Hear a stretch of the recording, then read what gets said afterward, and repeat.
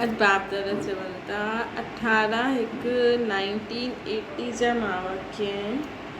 स्मृति दिवस ते बाप दादा जी ॿारनि जे प्रति शिक्षाऊं।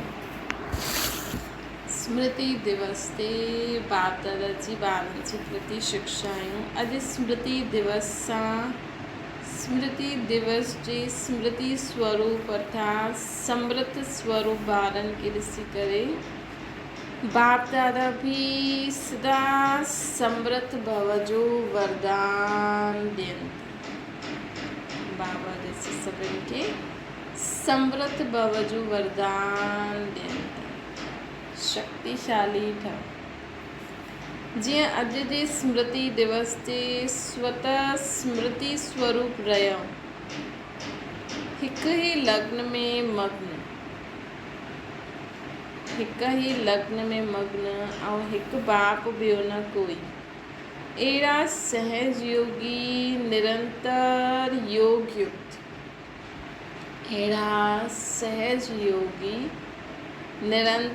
योग युक्त जीवन मुक्त फरिश्ते स्वरूप सदा भव। बाबा असांखे कहिड़ो वरदान था ॾियनि? ॾिसो बाबा असांखे वरदान ॾियनि था कि जीअं 18 जनवरी जे ॾींहुं माण्हू सभु ॿार स्मृति स्वरूप रहंदा आहिनि, हिक जे लग्न में ई मग्न रहंदा आहिनि, हिकु बाप ॿियो न कोई।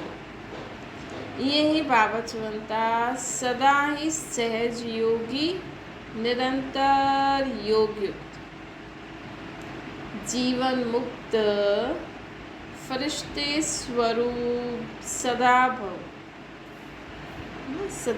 त हमेशह असांखे उहो 18 जनवरी जे ॾींहुं जो उहा कीअं स्वतः यादि रहंदी आहे, कीअं स्वतः छो जो हुन ॾींहुं सभु माण्हू कंदा आहिनि न, त असांजी बि स्थिति सहज ठही वेंदी। ईअं अगरि पूरो ब्राह्मण परिवार रोज़ ईअं सोचे है न, स्मृति के इमर्ज करे त सहज योगी निरंतर योग युक्त जीवन मुक्त फरिश्तो ठही वेंदासीं। अॼु जे ॾींहुं सभी ॿारनि जो चाट बाप दादा अव्यक्त वतनवासी सदा स्नेही लवलीन अवस्था जो रहियो। 18 जनवरी ॾींहुं सभी ॿारनि जो चाट बाबा ॾिठईं सब बाप समान अव्यक्त वतनवासी सदा स्नेही लवलीन अवस्था जो रहियो उन्हनि सभिनि जो। ईअं ई बाप समान सदा न्यारा ऐं सदा प्यारा ठहो। ईअं ई बाप समान सदा न्यारा ऐं सदा प्यारा ठहो। चारों ओर जे ॿारनि जो अॼु जे समृद्ध दिवस ते बाप खे प्रत्यक्ष करण जो हिकु ई दृढ़ संकल्प हाणे बि बाप वटि पहुचे थो। चारों ओर जे ॿारनि जो अॼु जे समृद्ध दिवस जो बाप खे प्रत्यक्ष करण जो हिकु दृढ़ संकल्प हाणे बि बाप वटि पहुचे थो। त बाप दादा सभु ॿार पंहिंजे में हिकु उमंग उल्लास संकल्प सां देश विदेश में सेवा जी स्टेज ते कोई मन सां कोई तन सां उपस्थित आहे। त हाणे त वैसे ई ॾिसो दुनिया में केॾो दुख आहे। हाणे त जो यज्ञ में हिकु दादी हुई, हुन बि अॼु शरीर छॾे छॾियईं। त हाणे त ॾिसो समय केॾो जल्दी ऐं हाणे त ॾिसो ब्राह्मण परिवार में केॾी वॾी वॾी महान आत्मायूं ऐं अचानक शरीर थी छॾनि। हाणे ठीकु आहिनि, हाणे थोरो कुझु थियो बसि। त इहो छो थो थिए? छो जो हाणे थोरा ॾींहं बाबा चई न पहिरियों कि ब्रह्मा बाबा शरीर छो छॾियो हुई? छो जो वायुमंडल ठाहिण लाइ जेको नेगेटिव फोर्स ईंदो आहे न, है न, त हुन वायुमंडल खे ठाहिण लाइ इहा आत्मा जो शरीर थी छॾनि। हाणे दादी शरीर छॾे त हिन जो मतिलबु कि जो फरिश्ते स्वरूप में जो सेवा थिए थी न, हुन सां वायुमंडल थो ठहे। धीरे धीरे जीअं जीअं प्रत्यक्षता थींदी न, त त माण्हू बि उन फोर्स सां अपोज़िशन ईंदी। त उन फोर्स सां बाबा जे ॿार ऐं बाबा जी सेवा खे सेफ रखण लाइ इहा आत्माऊं शरीर थी छॾनि, है न। त छा थींदो, जीअं हाणे कोई सेवा करणु वञे थो न, एॾी वॾी गवर्नमेंट ऑफिसरनि जी, एॾे वॾे माण्हुनि जी, त हुते जो कलयुगी नेगेटिव प्रभाव आहे, जो नेगेटिव वाइब्रेशंस हूंदा आहिनि न, ॾिसो त हर ऑफिस, हर हॉस्पिटल, हर जगह जाते वेंदो न, उन्हनि जो अलॻि ई वाइब्रेशन हूंदो आहे, है न। जंहिंजी रंग में कॾहिं कोई बि अची वेंदो। हाणे वॾे ऑफिसर्स ओॾे वञो था होटलनि में, त हुते ॾिसो कीअं, हीअं त माण्हू चए असां साधारण रहूं, लेकिन हुते जीअं माण्हू रहंदा आहिनि, खाईंदा आहिनि, पीअंदा आहिनि, त उन्हनि जे रंग में रंगी वेंदा आहिनि न। हाणे अहिड़ी जॻह ते तव्हांखे सेवा करण लाइ केॾी शक्ति खपे, उन्हनि जे उन नेगेटिव वाइब्रेशंस खे ख़तमु करणु। ऐं पोइ बाबा जा वाइब्रेशंस, कल्ह बाबा चई न, जेका ॿार बाबा जी हिन में सेवाधारी आहिनि, गवर्नमेंट में बि सेवा कंदा आहिनि, ऐं बाबा जा ॿार बि आहिनि, जो बाबा वकीलनि सां कल्ह ॻाल्हाइनि पिया न। त मतिलबु ॾिसो, उते कोर्ट, इन्हनि सभिनि जो उते वाइब्रेशन कीअं हूंदो। हुते ईअं ई असां वञी करे ज्ञान ॾियूं, कोई ॿुधंदो असांजो? त हुतां जो वायुमंडल ठाहिणो पवंदो न, है न। त हुते जेकी आत्माऊं बाबा जे ज्ञान में बि हलनि थियूं, उहे लौकिक सेवा बि करनि थियूं। अगरि हुते वो गुप्त वेश में वञी करे बाबा खे यादि कंदी वेंदियूं, त धीरे धीरे वाइब्रेशन फैलंदा वेंदा, त पोइ हुन खां पोइ उन्हनि खे ज्ञान ॾियण सां असांखे ज़्यादा सहज थींदो, है न। त उहो कमु हाणे फोर्स में खपे, हिन करे हाणे जल्दी आत्माऊं शरीर थी छॾनि, ताकी उहो वायुमंडल ठाहे सघनि, ऐं असां वञी करे बसि उन्हनि खे परिचय ॾियूं। असां जीअं माइक थी वियासीं, उहो जीअं माइट थी वियो। पहिरियों त ॾिसो, शिव बाबा ब्रह्मा बाबा जे तन में आया त हेॾा ॿार थोरी हुया, है न। शुरू में त शिव बाबा हुया, त केॾो फोर्स हुयो, त बाबा जी शक्ति सां सभु फोर्स ख़तमु थी वियो। हाणे साकार पाठ पूरो थी वियो, अव्यक्त पूरो थी वियो, त हाणे हैंड्स बि त खपनि न। त इन करे हाणे फ़रिश्तनि जी सभा वधंदी थी वञे, साकार में बि वधंदा था वञनि न। ॿियनि खे बि चांस मिलंदो न। जॾहिं वॾा वेंदा तॾहिं त नंढनि खे बि सीट मिलंदी न, है न। ईअं त सभु वॾो ठहिणु चाहिनि था कि असां, जॾहिं घर में वॾा आहिनि त उन्हनि जी इज़त न आहे, ऐं जॾहिं वॾा हली वेंदा आहिनि त माण्हू सभु रोईंदा आहिनि, अरे असांजो वॾा। हाणे वॾा विया त तव्हां वॾा थी करे वियो न। जंहिं समय वॾा हुया उन समय तव्हां चओ पिया कि न असां पंहिंजी हलाईंदासीं। हाणे वॾा हली विया त हाणे हलायो पंहिंजे हिसाब सां हलायो। त बाबा असांखे इहे ई चवनि था कि जीअं 18 जनवरी जे ॾींहुं सभु ॿार कीअं यादि कंदा आहिनि, त हिकु ॾींहुं बसि माण्हू शरीर छॾे, हा बसि थी वियो, स्मृति दिवस मल्हायो आहे, भई यादि कयो, ईअं न। सदा ई उन्हनि जी विशेषताउनि खे यादि करे उन्हनि खे जीवन में लाहींदा वञो। त बाबा ॾिसनि पिया कि सभु ॿार हिकु ई लग्न में कि बाप खे प्रत्यक्ष करणो। बाबा खे प्रत्यक्ष कीअं कंदासीं असां? जॾहिं असांजे संकल्प बोल कर्मनि में उहा बाबा जी मत नज़र ईंदी, बाबा जी शक्ति, बाबा जा गुण नज़र ईंदा। ईअं कोई असां में थोरी बाबा ॾेखारे में ॾींदो, है न। लेकिन असां जीअं सम्झो दुनिया वारे पंहिंजे ॿारनि खे कीअं पालंदा आहिनि, ऐं तव्हां बि उन रीति ई पालो त फ़र्क़ु छा। जेके जा ॿार ज़िद्दी हूंदा आहिनि, या न पढ़ंदा आहिनि, या न ॿुधंदा आहिनि, या ग़लति संग में हली वेंदा आहिनि, त उहो ॿारनि खे कीअं हैंडल कंदा आहिनि। ऐं असां ज्ञानी टू आत्माऊं ॿारनि खे कीअं हैंडल था करूं, अहिड़े ॿारनि खे। त उन हिसाब सां असांखे जीवन में हलणो आहे, उन हिसाब सां असां, तॾहिं त माण्हू सम्झंदा न कि हा इन्हनि में ज्ञान आहे न, इन करे ॾिसी इहे इन जो ॿारु केॾो ज़िद्दी आहे, त ज्ञानी आत्मा आहे न, ॾिस इन करे इनखे ईअं पाले थी। त हिन सां बाबा जे ज्ञान जी, बाबा जी शक्ति प्रत्यक्ष थी। त बाबा चई सभु ॿार पंहिंजे हिकु ई उमंग उल्लास जे संकल्प सां देश विदेश में सेवा जी स्टेज ते कोई मन सां कोई तन सां उपस्थित आहिनि। हिते हूंदे बि बाप दादा जे साम्हूं सभी ॿारनि जी सेवा जे उमंग उत्साह भरे चहिरा साम्हूं अचनि था। बाबा जे साम्हूं सभिनि जा उमंग उत्साह जा चहिरा अचनि था।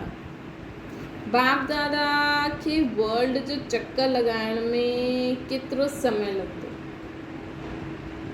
बाप दादा खे वर्ल्ड जो चक्कर लॻाइण में केतिरो समय लॻंदो? जेतिरे में तव्हां माण्हू साइंस जी साधन टीवी व रेडियो द्वारा स्विच ऑन करे ॿुधंदा या ॾिसंदा आहियो न, एतिरे समय में बाप दादा वर्ल्ड जो चक्कर लॻाए छॾंदा आहिनि। जेतिरे समय में असां टीवी खे ऑन कयो ऐं ॾिसूं था, ओतिरे समय में बाप दादा पूरे वर्ल्ड जो चक्कर लॻाईंदा आहिनि। बाप दादा ॾिसनि था कि हर स्थान जे ॿार छा करनि था। बाप दादा ॾिसंदा आहिनि कि हर स्थान जा ॿार छा करनि था। जीअं अॼु जे ॾींहुं सभिनि जो हिकु ई सेवा जी धुन लॻी रही न, हर हिक जी बुद्धि में प्रत्यक्षता जो झंडो लहरायूं। हर हिक जी बुद्धि में प्रत्यक्षता जो झंडो लहरायूं कि विश्व में ये झंडो लहरायूं। जीअं अॼु जे ॾींहुं सभिनि जी हिकु ई सेवा जी धुन लॻल हुई।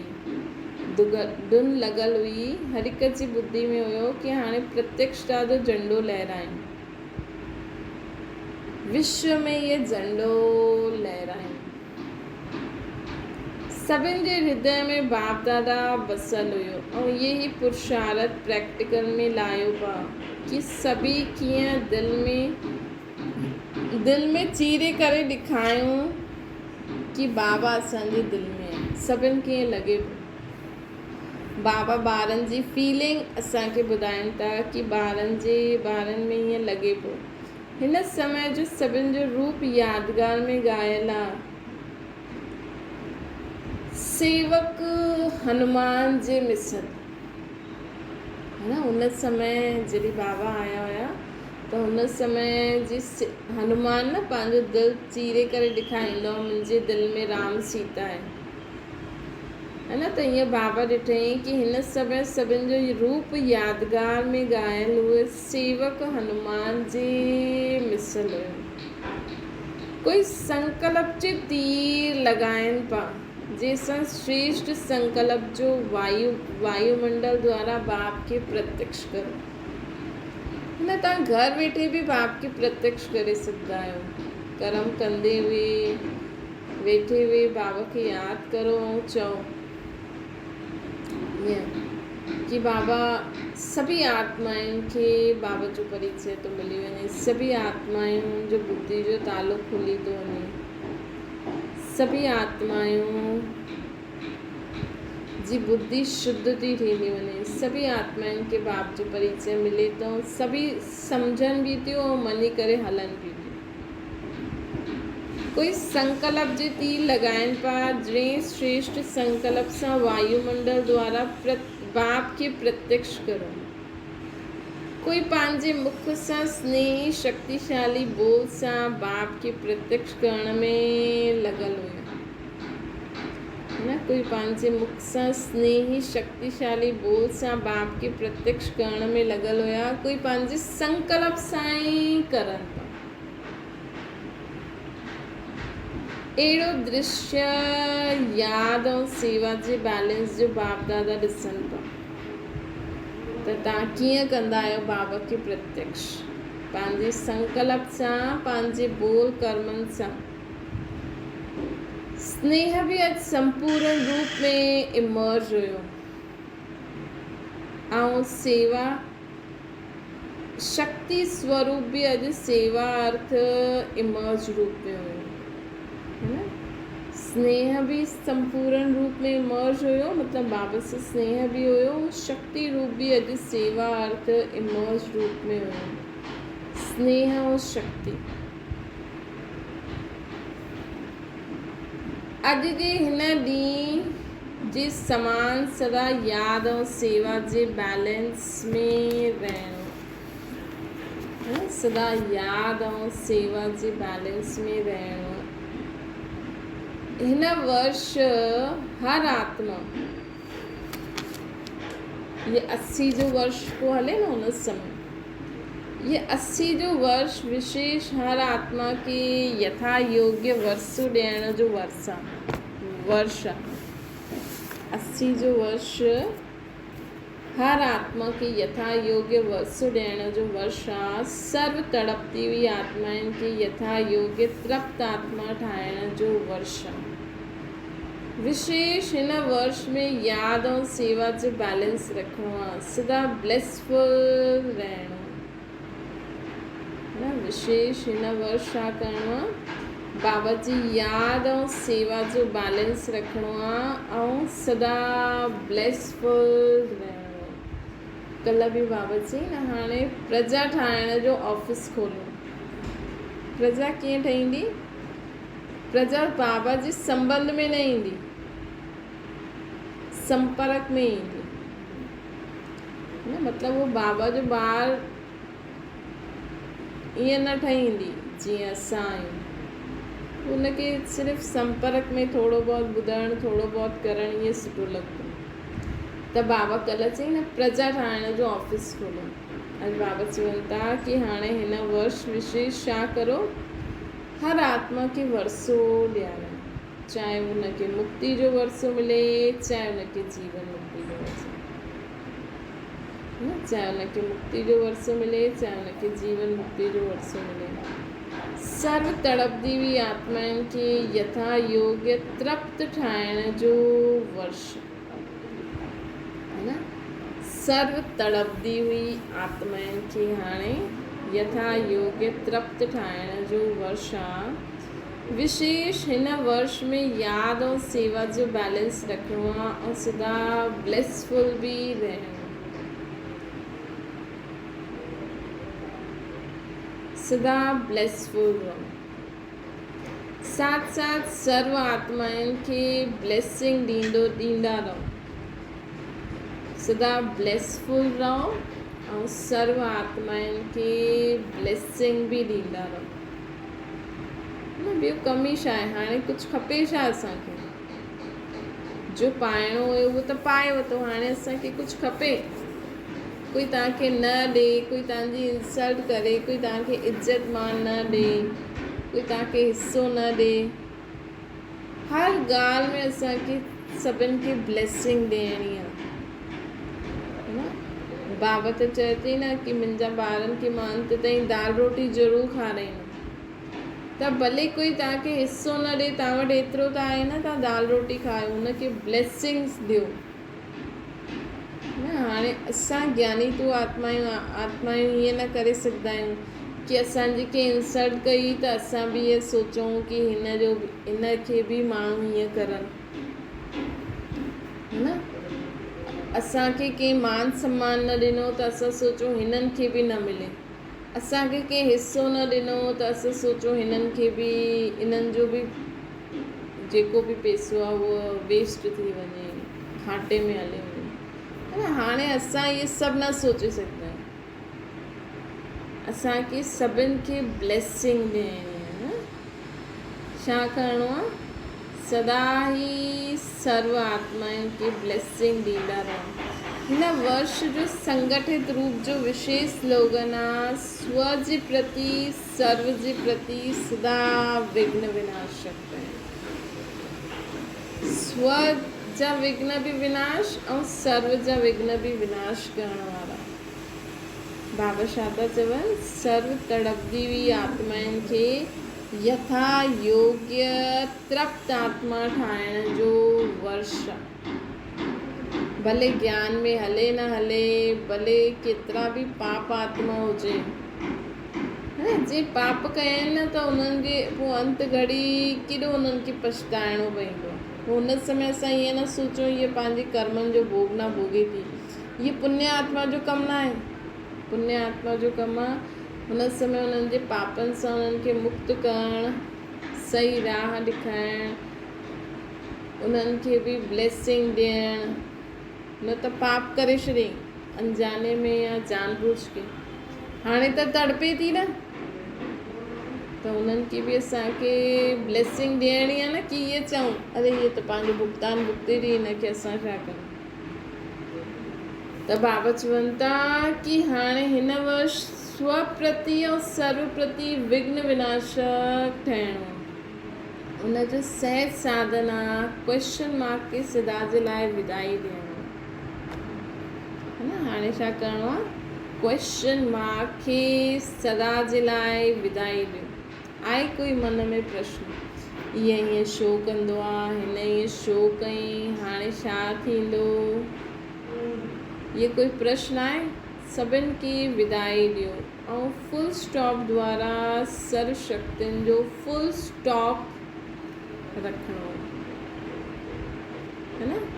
सदा क्वेश्चन मार्क खे विदाई ॾियणी आहे ऐं फुल स्टॉप द्वारा सर्व शक्तियुनि जो फुल स्टॉप करणो। हिन वर्ष जी विशेष सर्व विघ्न प्रूफ चमकीली फ़रिश्तो ड्रेस सदा पाए करे रखणो। हिन वर्ष जी विशेष सर्व विघ्न प्रूफ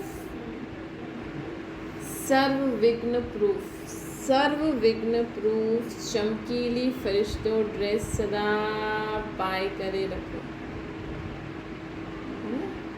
कहिड़ी ड्रेस पाए करे रखंदा? सर्व विघ्न प्रूफ चमकीली फ़रिश्तो ड्रेस सदा पाए करे रखो। छो जे अगरि असां विघ्ननि में फसी वेंदासीं त सेवा कीअं कंदासीं, है न। त इन करे के विघ्न में फसणो न आहे। मिट्टी जी ड्रेस न पायो, सदा सर्व गुणनि जे गहननि सां सजे सजाए रहो। सदा विघ्न प्रूफ चमकीली ड्रेस फ़रिश्ते जी ड्रेस पाए छॾियो है न। सदा सर्व खज़ाननि जे सर्व गुणनि जे खज़ाननि सां सजी वियो। विशेष 8 शक्तियुनि जे शस्त्रनि सां सदा अष्ट शक्ति शस्त्रधारी संपन्न मूर्ति ठही करे रहणो। ॾिसो बाबा असांखे ड्रेस बि पाराइनि था है न, विघ्न प्रूफ चमकीली फ़रिश्ते जी ड्रेस बि पाराइनि था, सर्व गुणनि सां सभिनि खे सजाइनि बि था। सजल त आहिनि पर उहो इमर्ज करो है न, ऐं गुणनि सां सजी वियो। हाणे 8 शक्तियुनि जा शस्त्र बि था वठाइनि।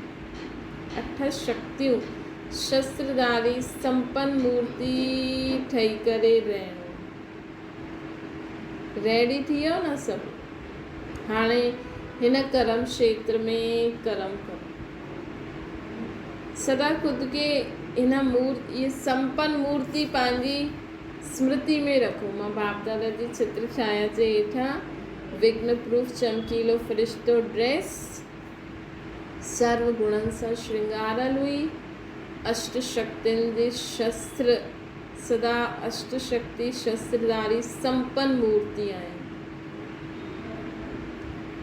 सभिनि खे ब्लेसिंग ब्लेसिंग ब्लेसिंग ब्लेसिंग ॾियनि। सदा कमल पुष्प जे आसन ते पंहिंजे श्रेष्ठ जीवन जे पांव रखणा आहिनि। बीहणो किथे आहे? लक्ष्मी ठही आहे न।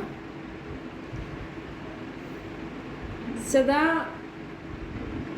सदा ही कमल पुष्प जे आसन ते पंहिंजे श्रेष्ठ जीवन जा पांव रखणा। ॿियो छा कंदव? त हाणे बाबा असांखे हेॾो सजाए छॾियईं। बाबा चवनि था हाणे छा कंदव? हाणे सभिनि खे bless bless bless bless blessing ॾींदव। खुशबूदार ठहो, खुशबू फैलायो। रोज़ अमृत वेले विश्व वरदानी स्वरूप सां विश्व कल्याणकारी बाप सां गॾु कंबाइंड रूप ठही विश्व वरदानी शक्ति ऐं विश्व कल्याणकारी शिव। रोज़ अमृत वेलो विश्व वरदानी स्वरूप सां विश्व कल्याणकारी बाप सां गॾु कंबाइंड रूप ठही विश्व वरदानी शक्ति और विश्व कल्याणकारी शिव। अॼु बि बाबा चई न, आत्मा और परमात्मा कंबाइंड रहो। त हाणे असांखे छा करिणो आहे, विश्व वरदानी शक्ति, मां विश्व वरदानी शक्ति ऐं विश्व कल्याणकारी शिव, असां ॿई कंबाइंड आहियूं। अमृत वेले तो करिणो ई आहे, सॼो ॾींहुं बि अभ्यास करो। शिव और शक्ति कंबाइंड रूप सां मन सां संकल्प व वृत्ति द्वारा वाइब्रेशन जी खुशबू फैलायो। हाणे छा करिणो आहे, विश्व कल्याण शिव और शक्ति कंबाइंड रूप सां मन सां संकल्प व वृत्ति द्वारा वाइब्रेशन जी खुशबू फैलायो। जीअं अॼुकल्ह जी स्थूल खुशबू जे साधन सां भिन्न भिन्न प्रकार जी खुशबू फैलाईंदा आहिनि, स्प्रे कंदा आहिनि। कोई गुलाब जी खुशबू, कोई चंदन जी खुशबू। ईअं तव्हां द्वारा सुख, शांति, शक्ति, प्रेम, आनंद, पवित्रता, ज्ञान जी खुशबू फैलदी रहे, है ना। हिकु थींदो आहे न, हिकु परफ्यूम ईंदो आहे स्प्रे, हुनखे न कमरे में टंगे छॾो, थोरी थोरी देरि खां पोइ न उहो पाणी स्प्रे थींदो रहंदो। त असांखे छा करिणो आहे, हाणे कहिड़ी खुशबू फैलाइणी आहे असांखे, सुख, शांति, प्रेम, आनंद, ज्ञान, पवित्रता, इन जी खुशबू फैलाईंदा रहो पूरी दुनिया में, है ना। त पूरी दुनिया में रोज़ अमृत वेलो भिन्न भिन्न श्रेष्ठ वाइब्रेशन जी फाउंडेशन मुआफ़िक आत्माउनि जे मथां गुलाबाशी विझंदा रहो, है ना। रोज़ अमृत वेलो भिन्न भिन्न श्रेष्ठ वाइब्रेशन, जीअं अमृत वेलो थी करे माण्हू ईअं कंदा आहिनि न, मां ईअं आहियां, मां ईअं आहियां, समान अभ्यास करें। तो चलो तव्हां ये सोचो था मां मास्टर सर्वशक्तिवान आहियां, लेकिन साथ साथ ये भी सोचो कि पूरी शक्ति पूरे विश्व में फैलनि, है ना। त हिन जे बदिले या त तव्हां ये चईंदा आहियो मां शांति स्वरूप आत्मा, शक्ति स्वरूप आत्मा, भले ईअं भी चओ, लेकिन साथ साथ ये भी अभ्यास करो कि पूरी शक्ति जी, शांति जी, प्रेम, आनंद, ज्ञान, पवित्रता जी किरणें पूरे विश्व में फैलन, है ना। तो ये ही असां अभ्यास करो या ये संकल्प करो, पूरे विश्व में शांति जी किरणें फैलंदियूं, तव्हां द्वारा ही फैलंदियूं, है ना। बाबा तव्हांखे ॾींदा ऐं तव्हां द्वारा फैलंदियूं। ये कॾहिं थींदो, जॾहिं असांजे मन में कोई संकल्प न हुजे, जॾहिं असांजे मन में ॿिए जे लाइ कोई नेगेटिव थॉट न हुजे, शांति जी किरणियूं पूरे विश्व में फैलनि थियूं। त असां जंहिंसां जेका असांखे सुठा न लॻंदा आहिनि या जेका असांखे बुरा लॻंदा आहिनि न, उहा आत्मा ई असांजे साम्हूं पहिरियों ईंदियूं आहिनि। त चओ हा इन्हनि खे बि मिलनि थियूं, सभिनि खे मिलनि थियूं। त इन करे असांखे कहिड़े बि चीज़ सां घृणा, नफ़रत, कंहिं बि मनुष्य आत्मा सां कोई वैर भाव न हुजे, तॾहिं असांजा इहे प्रकंपन पूरे विश्व में फैलंदा। इन्हनि जो बि कल्याण थिए, इन्हनि जो बि कल्याण थिए, सभिनि जो कल्याण थिए। त रोज़ अमृत वेलो त बाबा चवनि था, लेकिन सॼे ॾींहं में बि विच विच में ईअं करो, आत्माउनि जे मथां गुलाब पाशी विझणो आहे। सिर्फ़ु संकल्प जो ऑटोमेटिक स्विच ऑन करणु, सिर्फ़ु असांखे पंहिंजे संकल्प जो ऑटोमेटिक स्विच ऑन करणु कि मां आत्मा और मुझे आत्मा द्वारा पूरे बाबा पूरे विश्व में ये वाइब्रेशन फैलाइनि था। मां सिर्फ़ु संकल्प जो ऑटोमेटिक स्विच ऑन करो। ये तो ईंदो आहे न, श्री अॼु जे विश्व में अशुद्ध वृत्ति जी बदबू ॾाढी आहे, है ना। ये अहिड़ो आहे, ये अहिड़ो आहे, ये अहिड़ी आहे। दुनिया में अॼुकल्ह ॾिसो कई माण्हू अहिड़ा आहिनि जंहिंजे लाइफ में कोई लक्ष्य न आहे, है न, जो ख़ुदि कुझु करणु नथा चाहिनि, करनि नथा, ऐं करनि बि था त उन्हनि जो सफल नथो वञे, ठीकु नथो थिए, है न। त छा थींदो आहे, उहो पोइ हाणे एॾा थकिजी पिया आहिनि कि करण बि न चाहींदा आहिनि, त उहो ॿियनि माण्हुनि जे जीवन में विघ्न विझंदा आहिनि। स्पेशली है न, अॼुकल्ह माण्हू ॿार पैदा करे पोइ उनखे पाले नथो सघे, है न। पोइ अगरि ॿिया ॿार पालनि था न त सोचनि था इहे असांजे ॿारनि खे बि पालनि, असांखां त नथो पुॼे।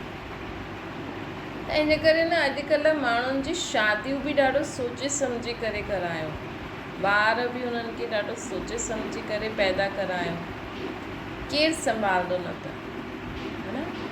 ज़बरदस्ती माउ पीउ पढ़ाई पढ़ाइनि था, चलो पढ़ाई त चलो स्कूल वेंदो, फीस ॾींदासीं, पढ़ंदो न पढ़ंदो चलो हुनजो भाग्य, है न।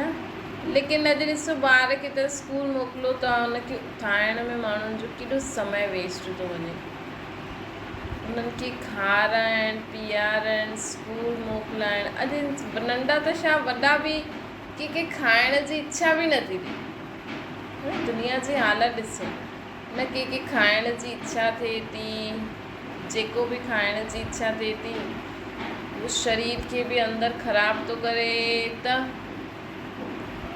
पैसा बि एॾा वेस्ट कराए थो, पोइ डॉक्टरनि वटि केॾो भॼनि था।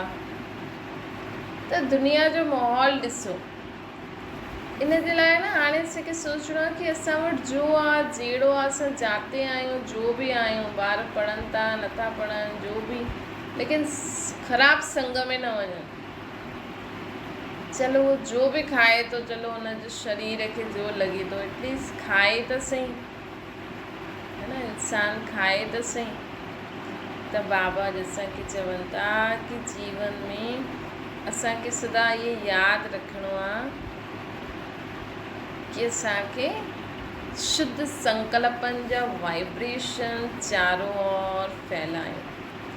अॼु जे विश्व में अशुद्ध वृत्ति जी बदबू ॾाढी, है न, अॼु जे विश्व में अशुद्ध वृत्ति जी बदबू ॾाढी फैलियल आहे, उनखे खुशबूदार ठाहियो।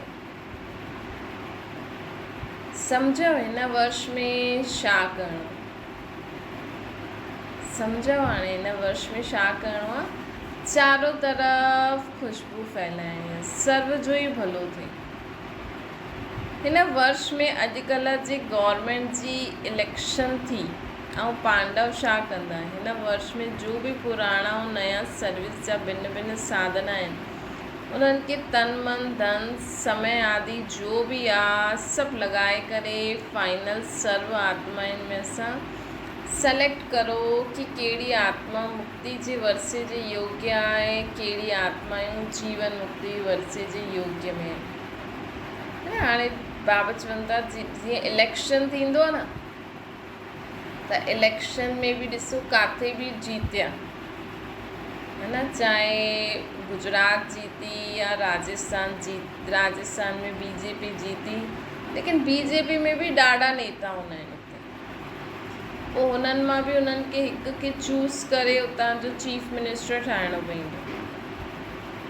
त ऐं प्रधानमंत्री, प्रेसिडेंट, प्राइम मिनिस्टर में बि केॾा माण्हू इहे कंदा आहिनि, चुनण में टाइम लॻाईंदा आहिनि, वोटिंग आदि। त बाबा चवनि था हाणे तव्हांखे छा करिणो आहे कि तव्हां जो बि जीअं बि रीति तव्हां माण्हुनि जी सर्विस कई, तन मन धन समय लॻाए करे,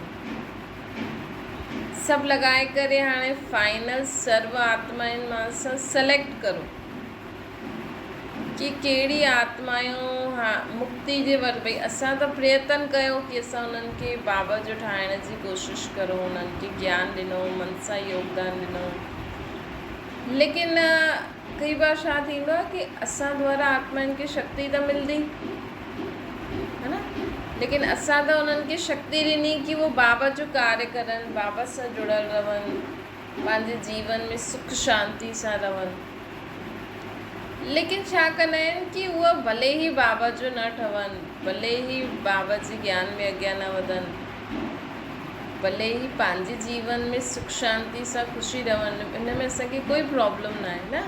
असांखे सिर्फ़ु इहो थोरी लक्ष्य रखिणो आहे की असांखे सभिनि खे बाबा जो ई ठाहिणो आहे। जो बाबा जो ठहे त ठीकु आहे, न त उन्हनि खे असां शक्ति न ॾियूं। न, असांखे सर्व खे शक्ति ॾियणी आहे। लेकिन कई बार छा हूंदो आहे, कोई आत्मा खे न शक्ति मिली त वेंदी आहे, ख़ुदि जे जीवन में त सुठी हलंदी आहे, लेकिन वो ॿिए जे जीवन में विघ्न विझंदी रहंदी आहे, उन शक्ति खे ग़लति यूज़ कंदी आहे। त इहे बि असांखे इंफॉर्मेशन मिली वेंदी आहे, किथे न किथे नज़र अची वेंदो आहे की असां हिनखे शक्ति ॾिनी त हिन आत्मा हुनखे सही यूज़ कई ग़लति। त हुन हिसाब सां हाणे असांखे सेलेक्ट करे फाइनल करिणो आहे कि आत्मा मुक्ति जे वरसे जे वारी आहे या जीवन मुक्ति जे वरसे जे वारी आहे, या जीवन मुक्ति में भी ये राजा महाराजा ठहण वारी क्वालिटी आहे, मतलब वारिस क्वालिटी आहे, प्रजा क्वालिटी आहे, या दास दासन जी क्वालिटी। ये भी असांखे चेक करिणो आहे। सभु लगाए करे फाइनल सर्व आत्माउनि मां असां सिलेक्ट करो कि कहिड़ी आत्मा मुक्ति जे वरसे जे योग्य आहे या कहिड़ी आत्मा जीवन मुक्ति जे वरसे जे योग्य आहे।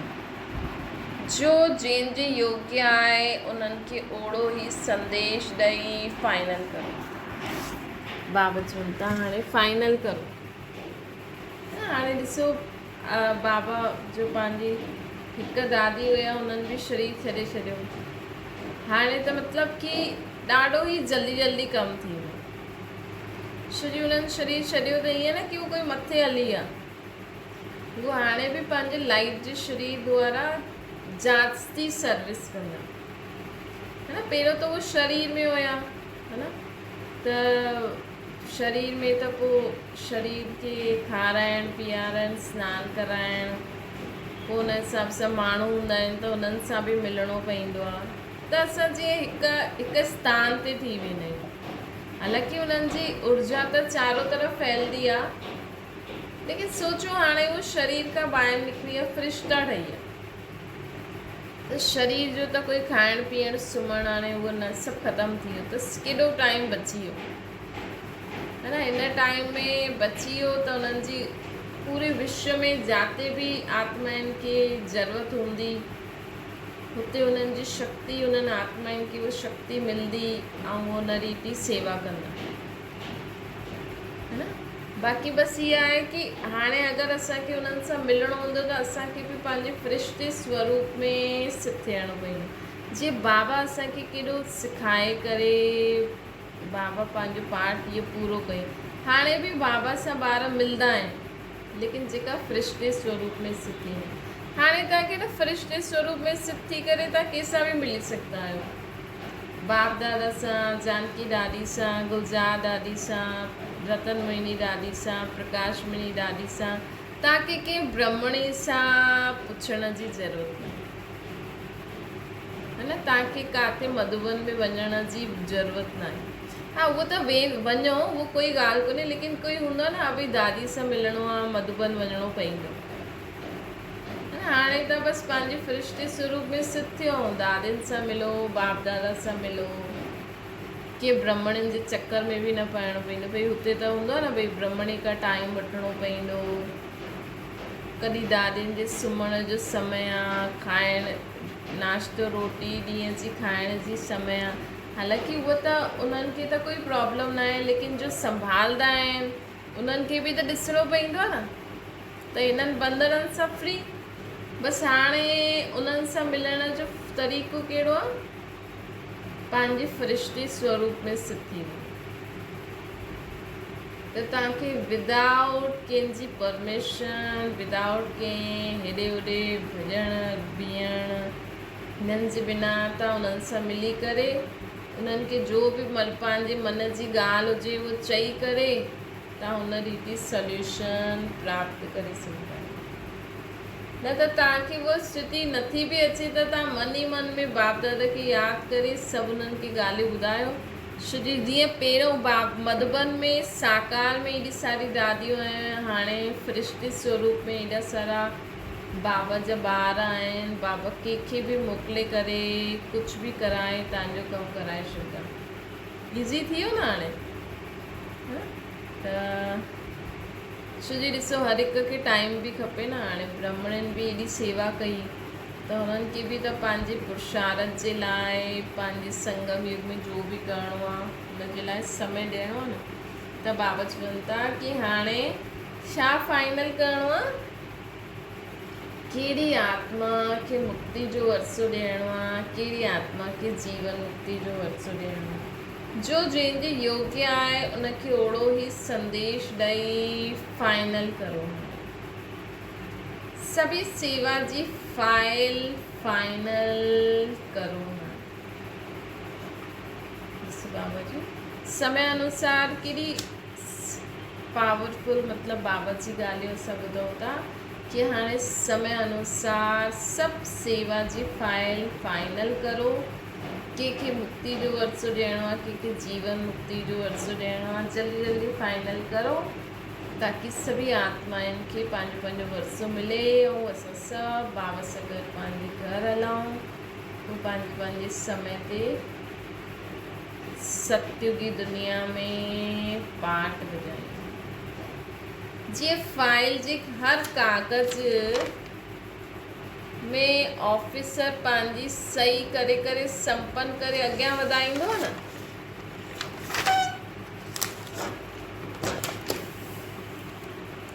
त तव्हां सभु सेवाधारी हर आत्मा ते मुक्ति, जीवन मुक्ति जो साइन करो। मुक्ति, जीवन मुक्ति जो साइन करो। फाइनल जी स्टैम्प लॻायो। हाणे कहिड़ी स्टैम्प लॻाइणी आहे? फाइनल। इहा आत्मायूं मुक्ति धाम में रहंदियूं, इहा जीवन मुक्ति धाम में। हुन में बि इहा पहिरीं राजधानी में ईंदा, पहिरीं राजधानी में बि छा ठहींदा, ॿी राजधानी में बि छा ठहींदा, टीं चौथी ईअं करे सतयुग में ईंदा, त्रेता में ईंदा। हर हिक जो पद बि फाइनल। फाइनल जी स्टैम्प लॻायो त फाइल संपूर्ण थी वेंदी। ॾिसो बाबा वटि एॾी वॾी फाइल आहे, इमेजिन करो, है न।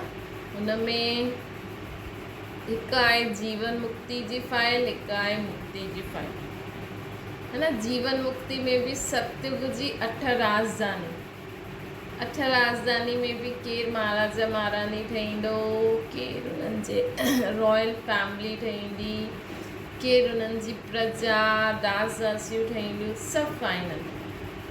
पोइ त्रेता युग में बि केरु राजा रानी ठहींदो, पोइ कहिड़े नंबर ते 1 खां 12 ताईं जो बि हूंदो, पोइ उन्हनि जी रॉयल फैमिली, प्रजा दास दासियूं, सभु फाइनल। त फाइनल थी वई जीवन मुक्ति जी फाइल। हाणे मुक्ति में बि कहिड़े कहिड़े धर्मनि में ईंदो, कहिड़ो पद पाईंदो, मतिलबु पंहिंजे धर्म में बि उच्च पद पाईंदो, कहिड़ो पाईंदो, मथपंथ आदि, इहे बि फाइनल थी वियो, है न। योनिन खे बि त वरसो ॾियणो आहे न, कहिड़ी योनि खे, न त ईअं कीअं पतो माण्हू सांप खे शिव चईंदा आहिनि, अलाए कंहिंखे कंहिंजी सवारी जे नाम सां यादि कंदा आहिनि। इहे त आहे कि पंहिंजी शक्ति सां असां हुन अवगुण ते विजय प्राप्त कई त हुन अनुसार उन्हनि खे दुनिया में बि, वैसे त शेर खां माण्हू ॾिजंदा, लेकिन नवरात्रे ॾींहुं त शेर खे बि माला पहिराईंदा, भले हुनजे पुतले खे ई पाराईंदा, लेकिन हुनजो बि केॾो मान थींदो। त योनिन खे थींदो, पशु पक्षी सभु अची विया हिन में, पेड़ पौधनि खे, है न। माण्हू चवनि था तुलसी खाओ त इहा थी वेंदो, इहा ठीकु थी वेंदी, हिन जो पत्तो खायो, हीअ भाॼी सां हीअ थी हार्ट सुठो रहंदो, हीअ त हिननि खे बि त वरसो ॾियणो आहे न। पाणी खे वरसो ॾियणो आहे न, हवा खे वरसो ॾियणो आहे, आसमान खे वरसो ॾियणो आहे, ग्रहनि खे वरसो ॾियणो आहे। सूर्य जी ॾिसो केॾी महत्व आहे सूर्य जो, है न, सूर्य खे माण्हू भॻवान जे रूप में पूॼे थो। त बाबा चवनि था ईअं ॾिसो प्रकृति जे हर तत्व खे बि बाबा खे वरसो ॾियणो। त बाबा हाणे चवनि था कि सभु कुझु फाइनल करो। पहिरियों बाबा चवनि था सम्झो हिन वर्ष छा करिणो आहे। हाणे सभु फाइनल करे रेडी रहो। हाणे वैसे बि ॾिसो त कॾहिं बि कंहिंजो नंबर अची थो वञे, है न। हाणे त ॾिसो पहिरियों त थींदो न, हा हीअ दादी वॾी आहे, हीअ चीफ आहे, हीअ एडिशनल चीफ आहे। हाणे त इहे ठाहिण जो बि कोई फ़ाइदो न आहे, है न। अॼु चीफ ठातईं, कल्ह ॾिठो त उहो बि शरीर छॾे हली वई। त रोज़ु रोज़ु चीफ चेंज थींदो त माण्हू बि चईंदा हिननि जी यज्ञ में छा थो थिए। रोज़ु रोज़ु हिननि जी दादियूं दादा शरीर था छॾनि। उन्हनि खे कीअं ॿुधायूं, कीअं सम्झायूं कि छा कमु थो हले हिते, है न। बाबा खे त जल्दी जल्दी ॿार खपनि, छो जो बाबा खे भक्ति मार्ग में बि केॾो माण्हू दुखी आहिनि, उहो बि त ॾिसणो आहे। त जल्दी जल्दी तयारी कराइणी आहे न। हिन करे बाबा त कॾहिं बि कंहिंखे बि ड्रामा अनुसार हुन आत्मा खे पंहिंजो पार्ट चेंज करिणो ई पवंदो। हिन में बाबा बि छा करनि, ड्रामा में आहे न। त हाणे त इहे बि ठाहिणु ठीकु न आहे। भई हा भई इहे वॾा वॾा भाउ भेण आहिनि, भई हिननि सां ई राय सलाह वठो बसि, न। कोई चीफ वीफ सभु चीफ ई आहिनि, सभु वॾनि जी हिकु कमिटी, भई इहे चीफ आहिनि, सभु ख़तमु करो। पोइ कोई वञे थो त चलो ॿियो त आहिनि। त ईअं ॾिसो करो त बाबा चवनि था हाणे हिन वर्ष छा करिणो खपे। सिलेक्शन जी मशीनरी तेज करो, जल्दी जल्दी करो। पंहिंजे घर गृहस्थी में बि ॾिसो, तव्हांजा ॿार, तव्हांजा पति, तव्हांजा जो बि आहे, एॾनि समयनि खां तव्हां महिनत था करो। त उन्हनि हाणे फाइनल करो, चलो ठीकु आहे, हीअ असांजी कुल जी आहे न आहे। पोइ बि अंत में बि अचिणो हूंदो त चलो ठीकु आहे, हाणे त सभु फाइनल करो न। त बाबा चवनि था सिलेक्शन जी मशीनरी तेज करो। ॾिसंदासीं केतिरे में फाइल तयारु कंदा आहियो। बाबा हाणे ॾिसंदा, सभिनि जी फाइल ॾिसंदा बाबा। पहिरियों विदेश फाइल तयारु कंदो या भारतवासी देशवासी, जंहिंखे जंहिं धर्म में वञिणो आहे हुन जो बि स्टैम्प लॻाईंदा वञो। ज़्यादा चिकचिकी न करणी आहे। असां कंहिंखे चऊं भई सत्युग जी दुनिया अचण वारी आहे, उहो तव्हांखे केॾे समय खां चए थो असांखे त अचिणो ई न आहे, असांखे त हिन ई दुनिया में। त बसि ठीकु आहे, हाणे फाइनल करे छॾियो। बसि उन्हनि जे प्रति शुभकामना ॾियो। बाक़ी ज़्यादा उन्हनि सां असांखे उन्हनि में अचिणो ई न आहे। अॼु बाप दादा चारों ओर जे सर्व स्नेही सेवाधारी ॿारनि खे यादि पिया ॾियनि था। अॼु जे ॾींहुं तन सां भले भिन्न भिन्न स्थान ते आहियूं, लेकिन मन सां बाप खे प्रत्यक्ष करण जी धुन जे कारण बाप जी तरफ़ मनमना भव ई आहियूं। अहिड़े सदा स्नेह ऐं सेवा में अविनाशी रहण वारी आत्माउनि खे, सदा बाप जी सेवा में तत्पर रहण वारा, प्रत्यक्षता जो झंडो लहराइण वारा सर्व विजयी ॿारनि खे बाप दादा जो यादि प्यार ऐं नमस्ते। असांजी बि बाप दादा खे यादि प्यार, गुड मॉर्निंग ऐं नमस्ते।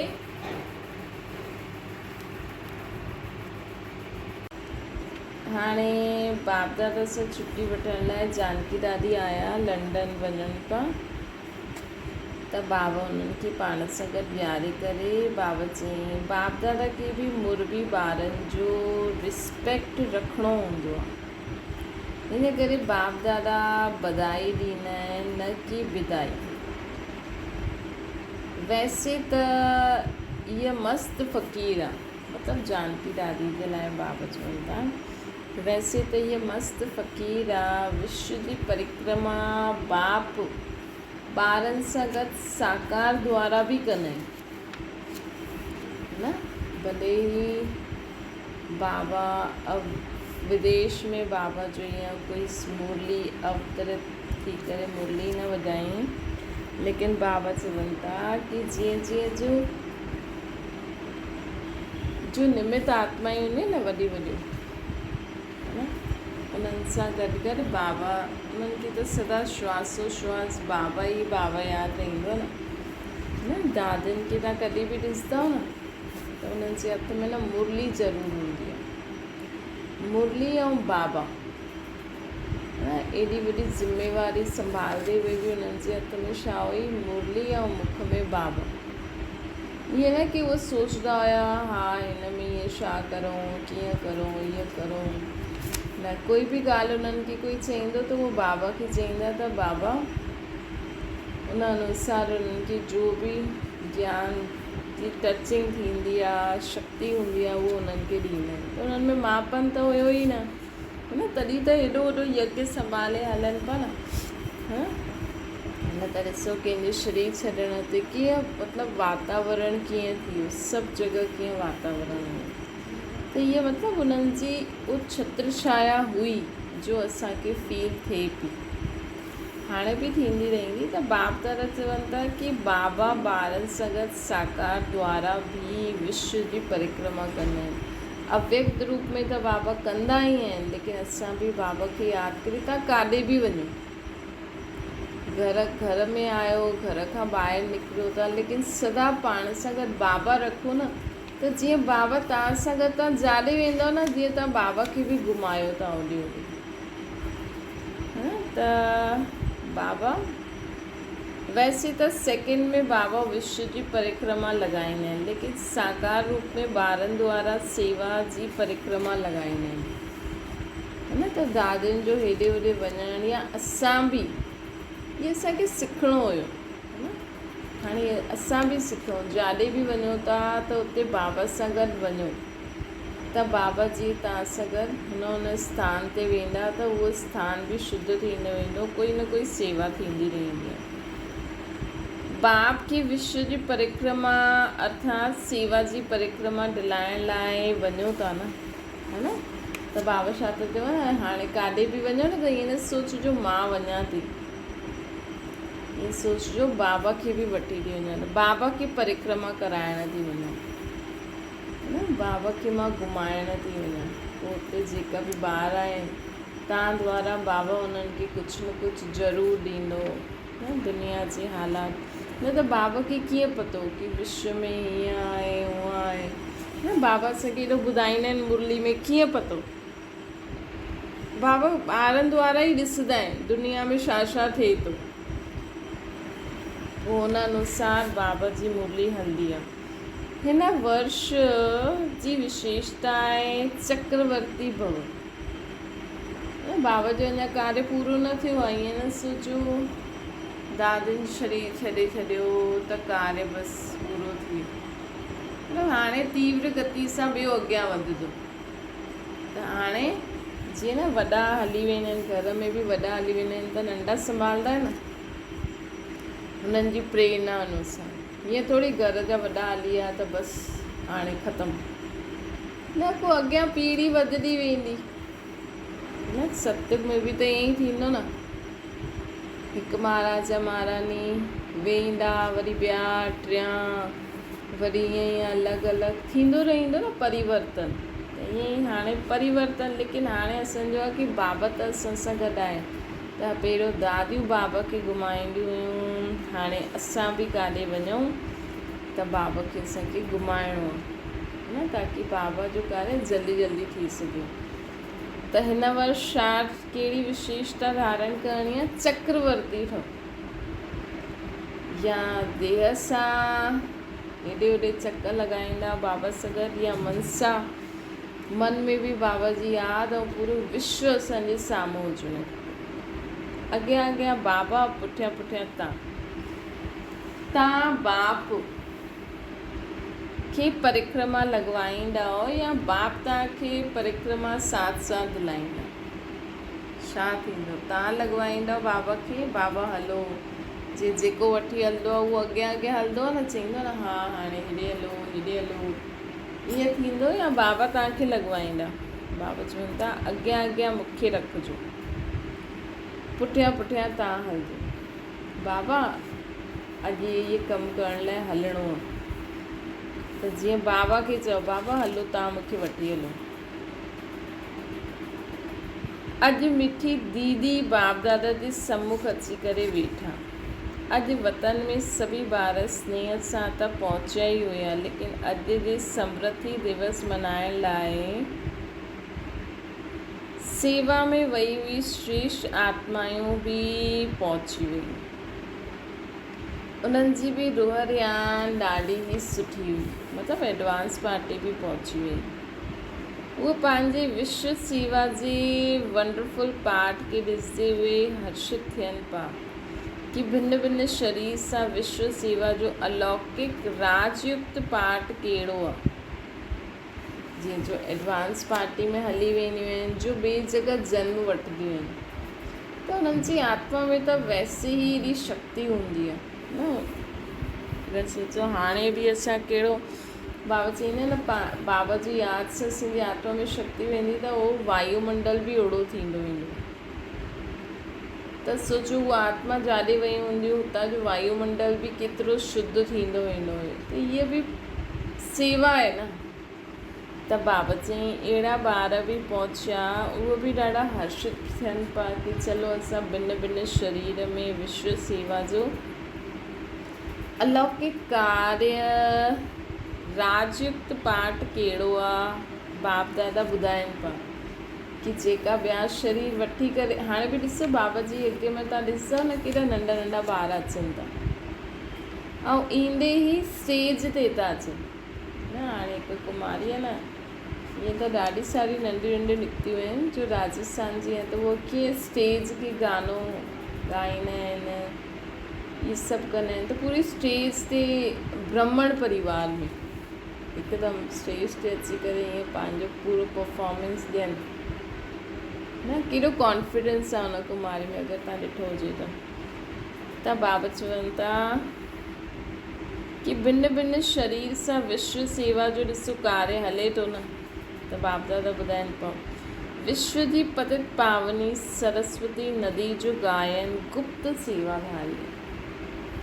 त अहिड़े एडवांस पार्टी वारा बाबा जे घर बि ईंदा, ऐं कई बाबा जे घर न ईंदा, लेकिन गुप्त ई पंहिंजो सेवा कंदा। छो जी बाबा जी यज्ञ जी प्रत्यक्षता न असां द्वारा त थींदी ई सही, लेकिन जेका ॿाहिरि लौकिक दुनिया में जो नामी ग्रामी आहिनि न, उहो लौकिक दुनिया जे हिसाब सां बि नामी ग्रामी हुजनि ऐं बाबा जो ज्ञान बि उन्हनि में हुजे, ओड़ा माण्हू जल्दी बाबा खे प्रत्यक्ष करे सघंदा है न। जीअं असां ॿुधाईंदासीं जो सेंटर ते रहंदा आहिनि, त उहो माण्हू चईंदा हा भई तव्हां त हिते ई रहो था, फील्ड ते वञी करे ॾिसो त पतो लॻे। कई बार माण्हू चई ॾींदा आहिनि है न। त बाबा जा अहिड़ा ॿार जीअं घर गृहस्थी में रहण वारा आहिनि न, अगरि गृहस्थी वारा ज्ञान खे सुठी रीति धारण करे ऐं लौकिक अलौकिक में बैलेंस रखी हलनि, संतुष्ट करे, त हुननि द्वारा प्रत्यक्षता जल्दी थींदी, माण्हू जल्दी मञंदा। त बाबा चवनि था कि अहिड़ा जो एडवांस पार्टी में बि वियल आहिनि, या जो हाणे बि गृहस्थी में या लौकिक में बि वॾी पोजीशन ते आहिनि, त उहो जीअं सेवा करनि था न, गुप्त सेवाधारी आहिनि। त बाबा चवनि था विश्व जी पतित पावनी सरस्वती नदी जो गायन आहे गुप्त सेवाधारी। गंगा यमुना प्रसिद्ध आहिनि साकार में, लेकिन सरस्वती जी सेवा गुप्त रूप में भी ॾेखारी आहे, ऐं प्रख्यात रूप में सितारधारी यादगार रूप में भी आहे। सरस्वती देवी खे सितार भी ॾींदा आहिनि, ऐं गुप्त सरस्वती नदी खे गुप्त भी ॾेखारींदा आहिनि, ऐं गुप्त रूप में गुप्त नदी जे रूप में भी ॾेखारींदा आहिनि। त प्रत्यक्ष रूप में ज्ञान जी देवी जे रूप में ॾेखारींदा आहिनि, सितारधारी, ऐं गुप्त रूप में नदी जे रूप में ॾेखारींदा आहिनि। ॿई ही पाठ वंडरफुल आहे न। त जीअं मम्मा जो पाठ हुयो त उन्हनि ज्ञान जी देवी बि ठहिया, लेकिन हाणे उहो गुप्त आहिनि। हाणे मम्मा जी आत्मा बाबा चवनि था कि हाणे बि उहे सेवा करनि था, लेकिन गुप्त रूप में। ईअं ई बाबा जा एडवांस पार्टी बि आहिनि न, त उन्हनि जो बि हाणे किथे न किथे गुप्त पाठ हलंदो हूंदो न। केॾी सारी आत्मायूं वयूं आहिनि, त उन्हनि केरु त बाबा सां गॾु हूंदा, फ़रिश्ते रूप में सेवा कंदा, केरु ॿियो जन्म वठी बि सेवा कंदा। छो कि सतयुग में बि त माण्हू खपनि न स्थापना जे लाइ। त जन्म द्वारा सेवा जे पाठ जो संबंध आहे। जाते जीत उते जन्म, कोई राज्य जी जीत न, लेकिन जन्म द्वारा विकारनि ते जीत थी वेंदी। कोई राज्य जी जीत न आहे हिते। जाते जीत उते जन्म मतिलबु जाते विकारनि ते जीते वठो, उते नयो जन्म थी वियो। जाते जन्म उते जीत आहे, न कि जाते जीत उते जन्म। मतिलबु जाते बि उन्हनि जो जन्म थींदो आहे त उते उहो विकारनि ते जीते वठंदा आहिनि न। श्रुति गृहस्थी में, घर गृहस्थी में विकारी वायुमंडल त हूंदो ई आहे, लेकिन उन्हनि जो जाते बि जन्म थींदो आहे न, उते उहो विकारनि ते जीत पाए वठंदा आहिनि। इहे जो थोरो बहुत गायन आहे, उहो ई प्रैक्टिकल में पाठ त हलणो ई आहे, है न। हाणे ये विश्व सेवाधारी समय जो साकार सेवाधारियुनि जी सेवा जी पाठ समाप्त। हाणे ये विश्व सेवाधारी समय जो साकार सेवाधारियुनि जो सेवा जो पाठ समाप्त। तॾहिं नए राज्य जी लेन देन जे वंडरफुल पाठ जी आदि थी, है न। जॾहिं ये संगम युग जो उन्हनि जो पाठ साकार में सेवा जो पाठ समाप्त थी वेंदो, तॾहिं त उहो नए युग जी तयारी करणु ॿियो जन्म वठंदा न।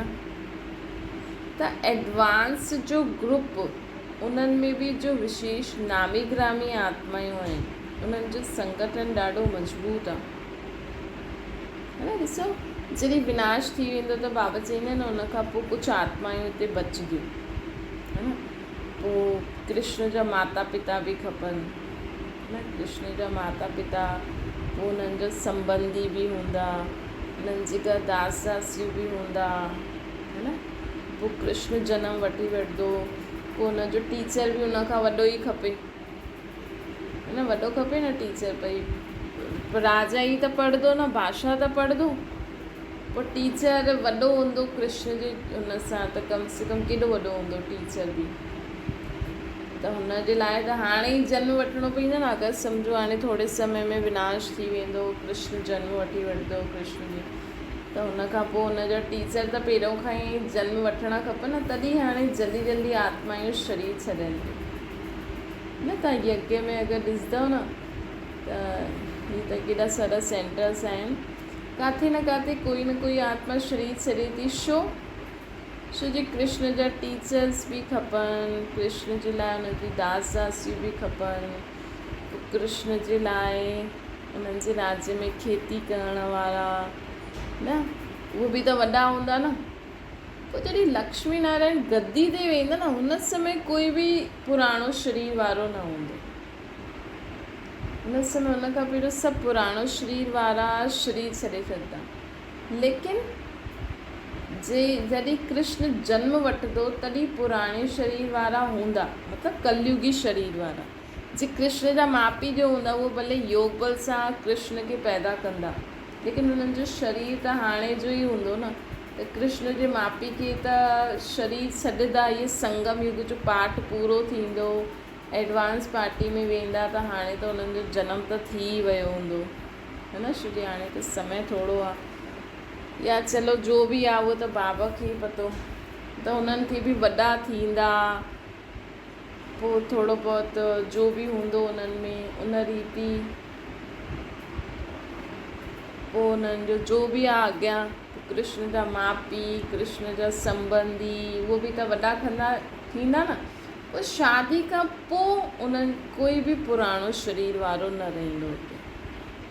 मतिलबु जॾहिं लक्ष्मी नारायण हिन दुनिया ते राज्य करण लाइ गद्दी ते वेंदा न, त सभिनि जो शरीर योग बल वारो हूंदो, मतिलबु चइण जो मतिलबु कि कृष्ण जी जॾहिं शादी थींदी त हुनजा माउ पीउ बि न हूंदा न, तॾहिं त सभु नए वस्त्र वारा हूंदा न। त सोचो बाबा हुन रीति प्लानिंग करे आत्माउनि खे चुननि था। छो जी पहिरियों जॾहिं ब्रह्मा बाबा जी समय जो आत्माऊं हुयूं न, त उहो त चईंदी हुयूं न बाबा खे, बाबा मां हिननि जी टीचर ठहींदमि, बाबा मां हिननि जी फ्रेंड ठहींदमि, मतिलबु वॾी, बाबा मां कृष्ण खे झूले में झुलाईंदमि, बाबा मां कृष्ण खे पालंदमि, है न। छो जी हुते माउ पीउ त जनमु ॾींदो आहे, लेकिन जास्ती पालना त हुननि जी दास दासियूं ई कंदियूं न।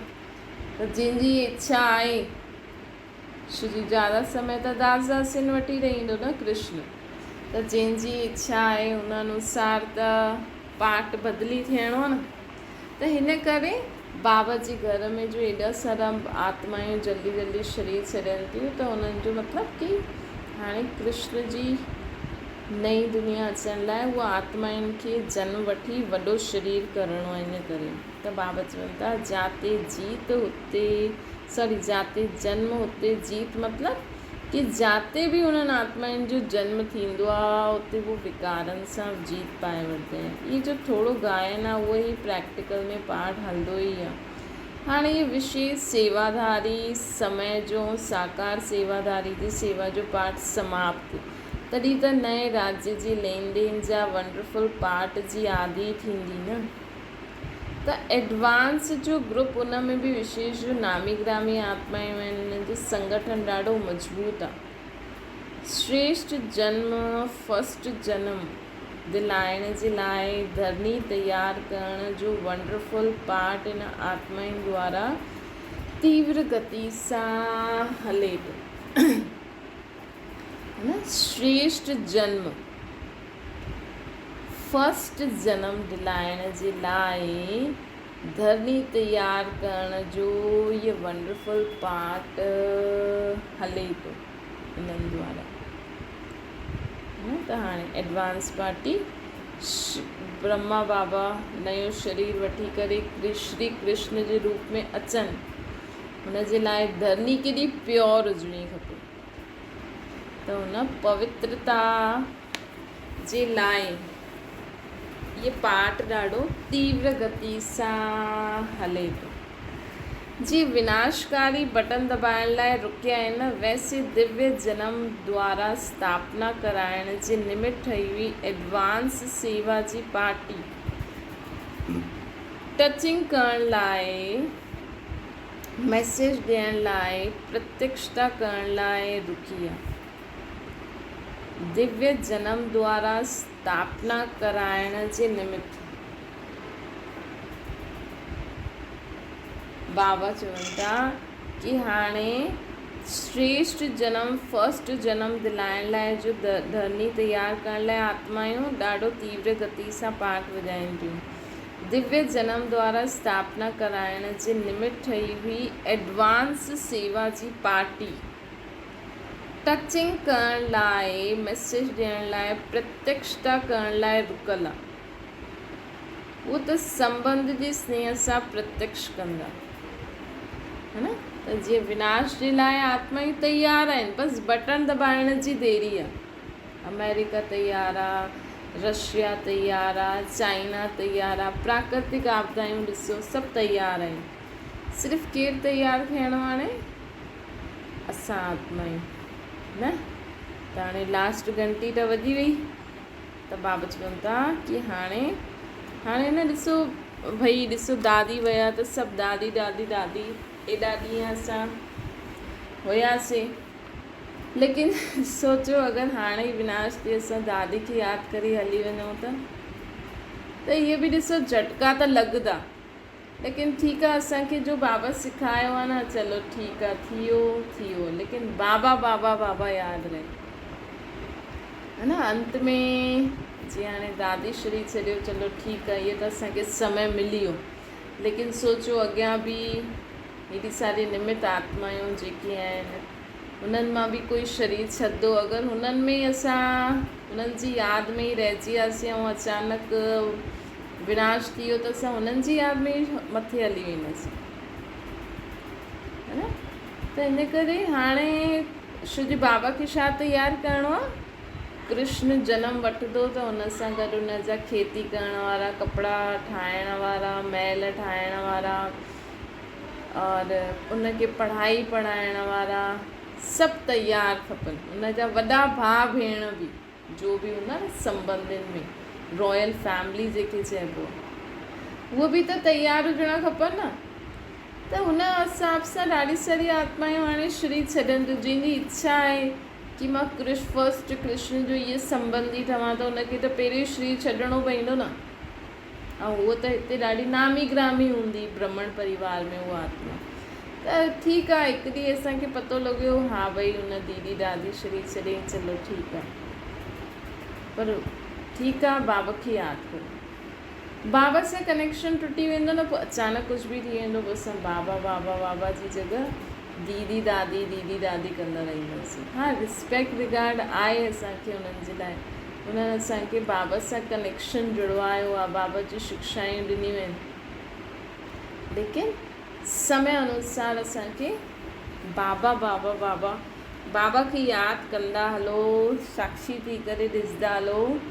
शुजी हाणे बाबा चवनि था हाणे एडवांस पार्टी हुन नए जन्म जे लाइ ॾाढी तीव्र गति सां तयारी करे थी, सभिनि जी मुक्ति जे लाइ तयारी हले थी। त बाबा चवनि था इहे बि विचित्र कहानियुनि जे रूप में स्थापना जे जनम जो पाठ नूंदल आहे। पहिरियों कृष्ण ईंदो, पोइ राधे ईंदी, पोइ ॾिसो कृष्ण बि खपे, ऐं कृष्ण त ॿिए राजधानी जो हूंदो, राधे ॿिए राजधानी जी हूंदी, त राधे जे लाइ बि त संबंधी खपनि न। उन्हनि जी राजधानी में बि त टीचर आदि सभु कमु करण वारा खपनि न। त सोचो राधे कृष्ण जी राजधानी जे लाइ केॾा माण्हू खपनि। त जनम स्थान ऐं उन्हनि जी स्थिति ऐं जिते उहो जनम वठंदा, जीअं सम्झो कृष्ण त दिल्ली जे आसपास में यमुना जे किनारे जनम वठंदा न, त ऐं राधे किथे, हुनजो राज्य किथे हूंदो, हुन हिसाब सां पोइ स्थान बि त जल्दी प्योर खपे न।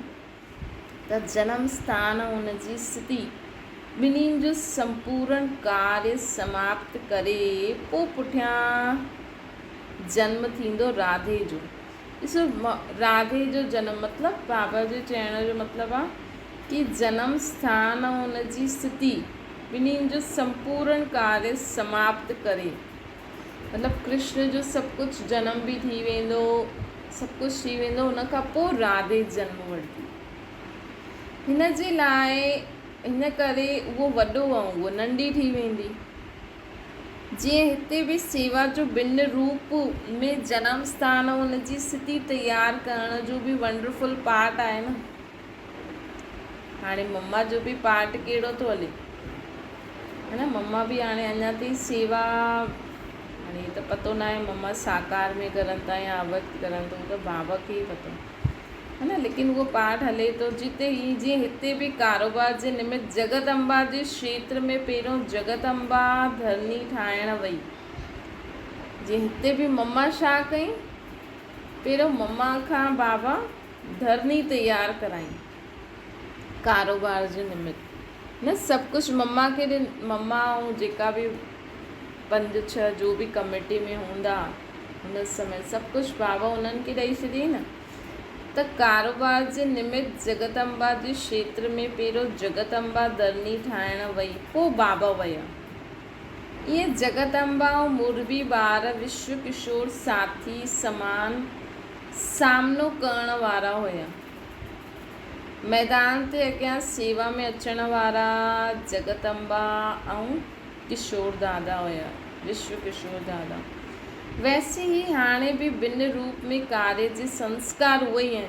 मतिलबु हाणे बि जो एडवांस पार्टी कार्य करे थी न, नई धरनी तयारु करण जो, उन जा हेड आहिनि मम्मा ऐं विश्व किशोर दादा। त बाबा चवनि था कि हाणे मैदान ते अॻियां सेवा में अचण वारा रहिया, वैसे ही हाणे बि भिन्न रूप में कार्य जा संस्कार उहे ई आहिनि उन जा।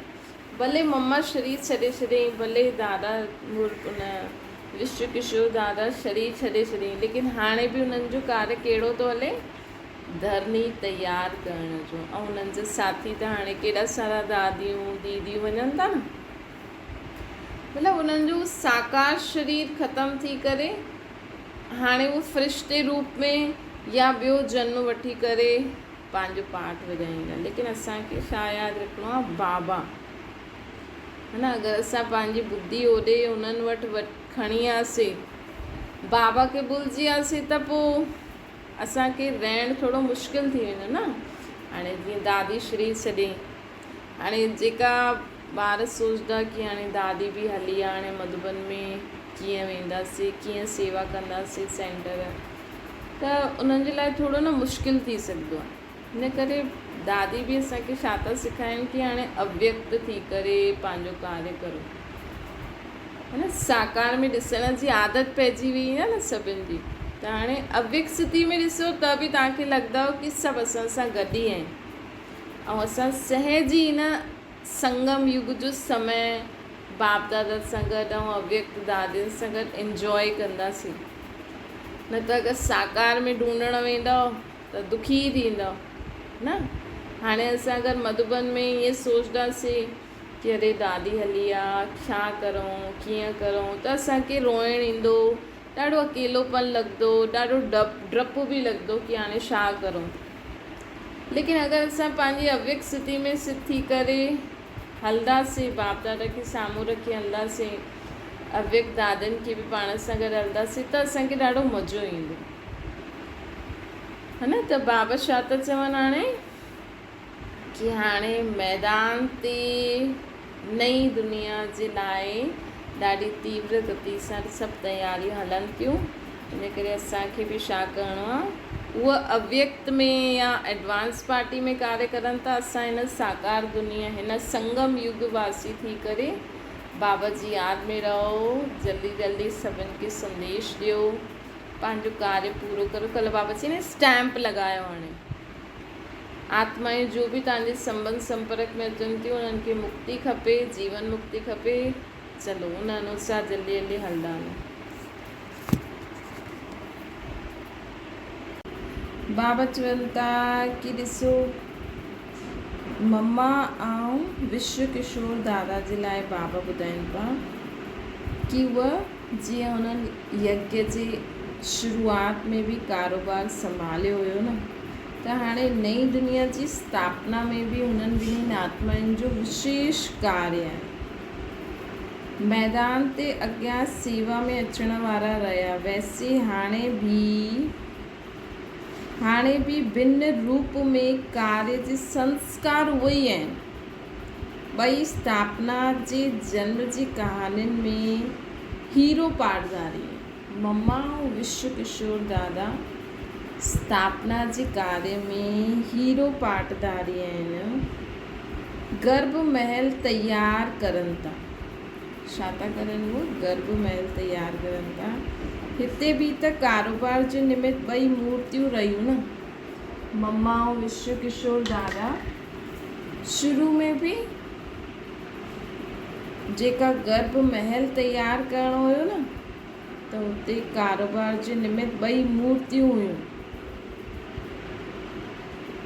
ॿई मूर्तियूं आहिनि। ॿई स्थापना जी जन्म जी कहानी में हीरो पाठदारी आहिनि, गर्भ महल तयारु करनि था न। हिते बि कारोबार जे निमित्त ॿई मूर्तियूं रहियूं, त इहे महल तयारु करण वारा बि अहिड़ा पावरफुल खपनि कि गर्भ महल, कृष्ण जे लाइ गर्भ महल तयारु करणु, त हिकु कृष्ण ई थोरी जन्म वठंदो, ॿियूं बि त आत्मायूं जन्म वठंदियूं न कृष्ण सां गॾु, भले पहिरियों कृष्ण वठंदो, लेकिन जो उन्हनि जा फ्रेंड्स हूंदा उहे बि उन ई एज जा हूंदा, त कृष्ण खां पोइ ॾाढी सारी आत्मायूं योग बल द्वारा ॿारनि खे जन्म ॾींदियूं, त उहो गर्भ महल तयारु करण जे निमित्त मम्मा ऐं विश्व किशोर दादा आहिनि।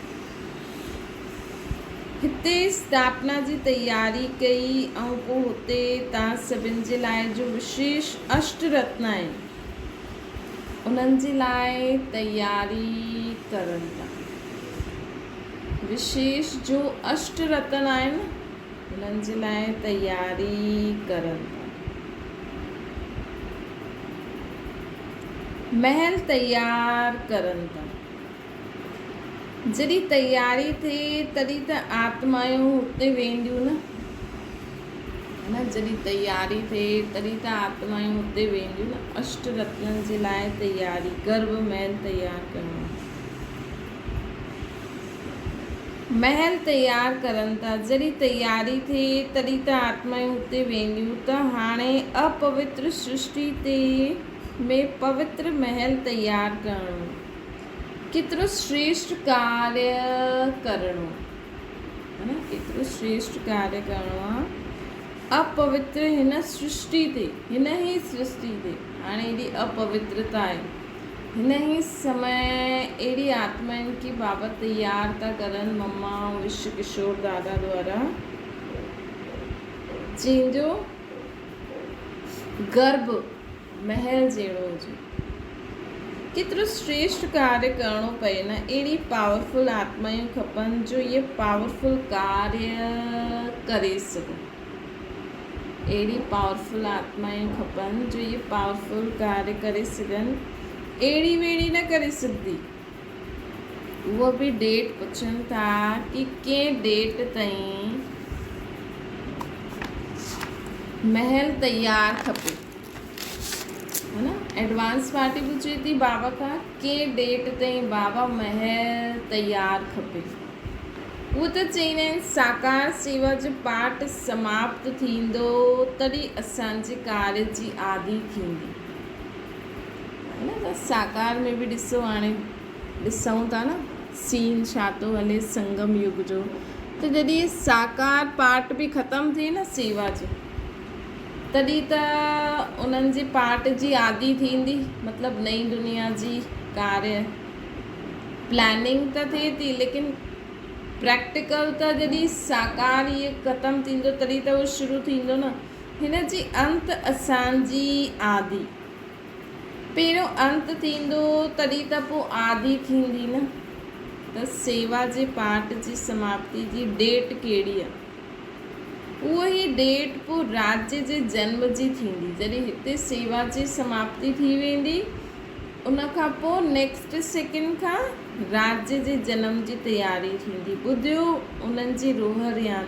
वैसे त सभी आत्माएं मर्ज हुयूं, उन्हनि जे बि ग्रुप्स हुया।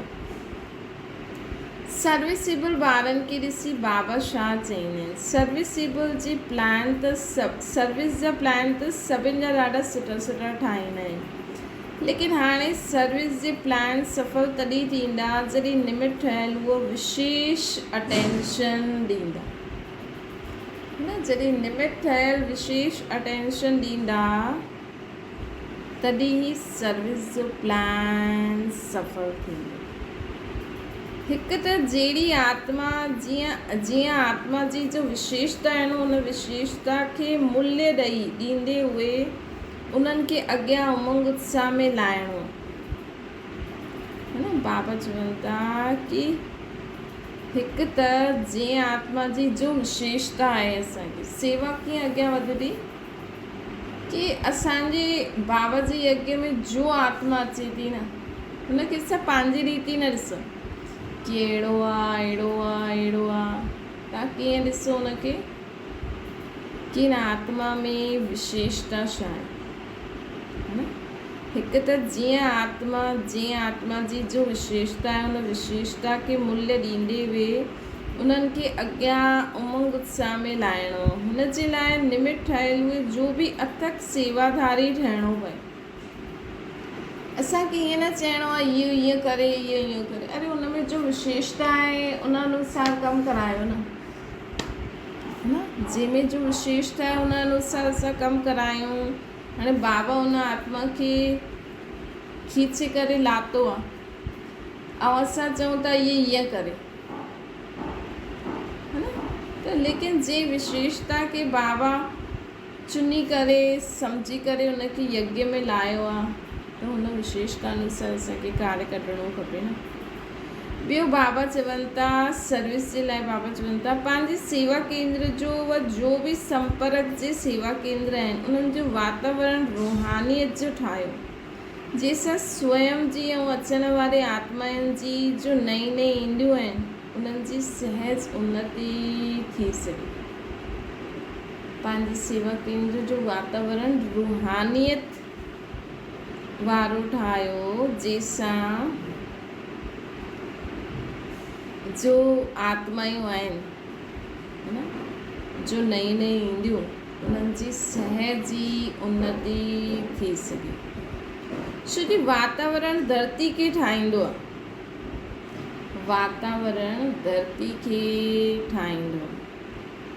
त सेवा केंद्र जो वातावरण रूहानियत वारो हुजे सेवा केंद्र जो वातावरण रूहानियत वारो हुजे हुन जे लाइ असांखे छा करिणो पवंदो जिते तव्हां रहंदा आहियो ज़रूरी न सेंटर जो ई रूहानियत वारो हुजे। तव्हांजो घर जेको तव्हां बाबा खे ॾिनो आहे न त जिते बि तव्हां रहंदा आहियो न भले हुते अज्ञानी आत्मायूं बि रहंदियूं आहिनि लेकिन असां एतिरो सुठो बाबा खे यादि करूं नियम प्रमाण हर कार्य करूं बाबा जी यादि में रहूं कि असांजे घर में बाबा जे हुन घर में बि रूहानियत हुजे।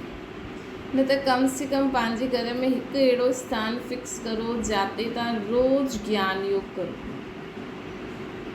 है न। जीअं ॾिसो यज्ञ में बि भले ई पूरो यज्ञ आहे लेकिन दादियुनि जो विशेष हिकु स्थान हूंदो हुयो बाबा जो विशेष हिकु कमिरो आहे ईअं तव्हांजो बि हिकु विशेष स्थान हुजिणो खपे जिते तव्हां वेही करे रेगुलर योग अभ्यास मुरली पढ़ो ॿुधो त हुते कम से कम 3 पैर पृथ्वी तव्हांजे घर में अहिड़ी हुजणी खपे जितां खां रूहानियत जी ख़ुशबू फैलंदी रहे। त बाबा चवनि था वातावरण धरती खे ठाहींदो आहे न त सेवा केंद्र जो वातावरण रूहानियत वारो हुजे। जो बि सेवा केंद्र ते अचे उहो हिकु त पंहिंजे ग्रस्त व्यवहार जे झंझट सां ईंदो आहे गृहस्थी जे वातावरण सां थके हुए ईंदो आहे त उन्हनि खे एक्स्ट्रा सहयोग जी आवश्यकता हूंदी आहे त रूहानी वायुमंडल जो उन्हनि खे सहयोग ॾेई करे सहज पुरुषार्थी ठाहे सघंदा आहिनि। तव्हांजे घर में बि ॾाढा माण्हू ईंदा हूंदा तव्हां सां मिलणु फ़ोन कंदा हूंदा त असां पंहिंजी एॾी श्रेष्ठ स्थिति ठाहे रखूं कि कोई बि अचे वो वीचारा पंहिंजी घर गृहस्थी जे झंझट सां ईंदा आहिनि दुख परेशानी जे ईंदा आहिनि ऐं असां उन्हनि खे हिकु दृष्टि ॾियूं हिकु बाबा जी यादि में रही करे या कोई बि अगरि उहो ॿुधणु चाहे त बाबा जो ज्ञान शब्द चओ ताकी उन्हनि जो सभु ठीकु थी वञे न। रूहानी वायुमंडल जो उन्हनि खे सहयोग ॾेई करे सहज पुरुषार्थी ठाहे सघंदा आहियूं। जीअं एयर कंडीशन हूंदो आहे त वातावरण खे क्रिएट कंदो आहे न ठंडी में अगरि गरम स्थान मिली वञे त वञण सां ई आराम महसूसु थींदो आहे। हिन रीति सां रूहानियत जे आधार ते सेवा केंद्र जो अहिड़ो वायुमंडल थिए जो अनुभव करनि कि स्थान सहज जी उन्नति प्राप्त कराइण जो आहे त भले असांजो घर उहो सेवा केंद्र जैसा नहीं है लेकिन तव्हां सां बि माण्हू ॻाल्हाइनि त उन्हनि खे अनुभव थिए बसि असांखे शांती मिली वई मंज़िल मिली वई सुकून मिली वियो। भले उहो चईंदा न लेकिन उन्हनि खे फ़र्क़ु थींदो आहे न फ़र्क़ु थींदो आहे।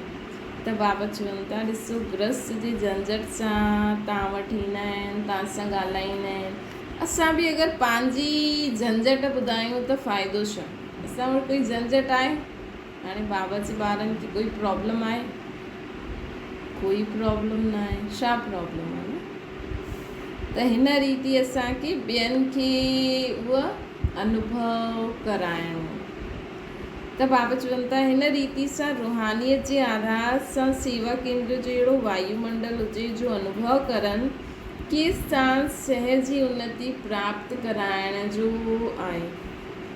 हिन जे लाइ सेवा केंद्र ते ईंदा आहिनि त ईंदे ई ॿाहिरां जो ऐं सेवा केंद्र जो अंतर महसूसु थिए जंहिंसां स्वतः ई वो आकर्षित थी वञे न। ॾिसो, हिकु बार अगरि कोई सेवा केंद्र ते अची उन्हनि खे सुठो लॻियो, भले वो ज्ञान न ॿुधनि, लेकिन ॾिसो कोई अहिड़ो स्थान हूंदो आहे न जिते वञण सां असांखे सुठो लॻंदो आहे, त लॻंदो न हा उहो केॾो सुठो स्थान हुयो। त ईअं बार बार भले ज्ञान ॿुधण लाइ न, ईअं ई मिलण ईंदा, ईअं ई कुझु प्रोग्राम में ईंदा, हिकु बार उन्हनि खे अनुभव त थिए न कि इहे स्थान छा आहे। ब्राह्मण परिवार जी विशेषता अनेक हूंदी हुई बि हिकु आहिनि। त हर हिकु सेवा केंद्र जो वाइब्रेशन अहिड़ो हुजे जो महसूसु थिए कि इहे अनेक न लेकिन हिकु आहे। एकता जो वाइब्रेशन सॼे विश्व में हिकु धर्म हिकु राज्य जी स्थापना कंदो। एकता जो वाइब्रेशन सॼे विश्व में हिकु धर्म हिकु राज्य जी स्थापना कंदो। इहा बि विशेष अटेंशन ॾेई करे भिन्नता खे मिटाए करे हाणे एकता लायो। हिन वर्ष में विशेष हिन टिनी ॻाल्हियुनि खे प्रैक्टिकल में लाइणो आहे। ॿुधणो ऐं करिणो त हलणो ई आहे, लेकिन हिन साल में इहे 3 ॻाल्हियूं प्रैक्टिकल में लायो। कहिड़ी लाइणियूं आहिनि कि हिकु त जीअं आत्मा जी जो विशेषता आहे उन अनुसार हलो, पंहिंजे सेंटर जो वायुमंडल रूहानियत वारो ठाहियो ऐं सभु भिन्नता खे मिटाए करे एकता लायो। सेवादारी स्वयं प्रति न लेकिन सेवा प्रति, स्वयं जो सभु कुझु सेवा प्रति स्वाहा करणु। असांजो कुझु आहे, सुबुह जो उथो अमृत वेलो बि असां पूरे विश्व खे लाइट माइट ॾियण लाइ अमृत वेलो करो। मुरली क्लास में भी बाबा खे यादि करे मां भी मुरली ॿुधां थी ऐं पूरे विश्व में भी इहा बाबा जा महावाक्य वञनि था। कर्म क्षेत्र में भी बाबा जी यादि में कर्म करो, पूरे विश्व के लाइट माइट पहुचे थी। जे साकार बाबा हड्डियूं भी स्वाहा कई न सेवा में, ईअं हर कर्मेंद्री द्वारा सेवा सदा ई थींदी रहे। मुख सां भी सेवा, नैननि सां भी सेवा, सेवा ही सेवा। त सभी अहिड़ा सेवाधारी आहियो न। प्लान सुठा ठाहिया आहिनि, हाणे प्रैक्टिकल जी लिस्ट ईंदी। जीअं प्लान जी फाइनल अची वई न, वैसे प्लान जी रिज़ल्ट ईंदी। मतिलबु सेवा जा जेका भी प्लान ठाता आहिनि, हाणे प्लान प्रैक्टिकल करे करे ॾेखारियो, हुन जी रिज़ल्ट बाबा खे ॾेखारियो। अच्छा, सभी 108 जी माला में अचण वारा आहियो न, सभु अनाउंस ऑटोमेटिकली थी वेंदो। सभु अनाउंस ऑटोमेटिकली थी वेंदो। केरु 8 में ईंदो, केरु 108 में ईंदो, केरु 16,000 में ईंदो। पंहिंजी सीट हर हिकु वठंदे हुए पंहिंजो नंबर अनाउंस कंदा, बाबा न कंदा। पंहिंजो नंबर सभु ख़ुदि ई अनाउंस कंदा कि मां ईअं आहियां।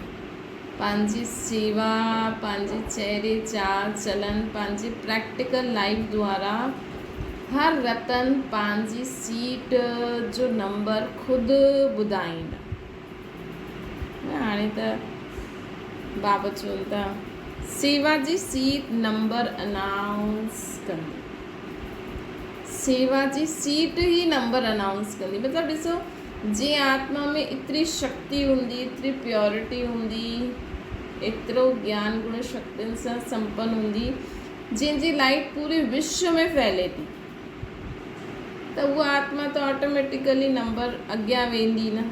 जंहिंजी आत्मा थोरे वेंदी त उहो उन अनुसार ईंदी, जंहिंजी आत्मा थोरे में हूंदी त उहो उन अनुसार ईंदी। सेवा माइक ठाहींदी, मुख जो माइक अनाउंस न कंदो न, मुख न अनाउंस कंदो भई इहो 8 रतन में ईंदो, इहे 108 में, इहे 16,000 में। 800 16,000 108 16,000 108 थी विया न। त मुख कोई ईअं तव्हांखे ॿुधाईंदो न। जीअं हाणे त ॾिसो, सम्झो दादी शरीर छॾे ईंदा, हाणे कल्ह न्यूज़ आई कि यह मुख्य प्रशासिका है, यह अतिरिक्त आहे, यह इहो आहे। लेकिन ये त ॾिसो मुख्य अनाउंस कई न, लेकिन जेको फाइनल रिज़ल्ट ईंदो न 800 16,000 उहो ईअं अनाउंस न थींदो। उहो सेवा माइक ठहींदी, हर हिक जी सेवा माइक ठहींदी, भई हिन एतिरनि जी सेवा कई अथई। प्योरिटी जी लाइट, ज्ञान गुण शक्ति केसि ताईं फैलनि था। मुख्य माइक अनाउंस न कंदो, सेवा अनाउंस कंदी।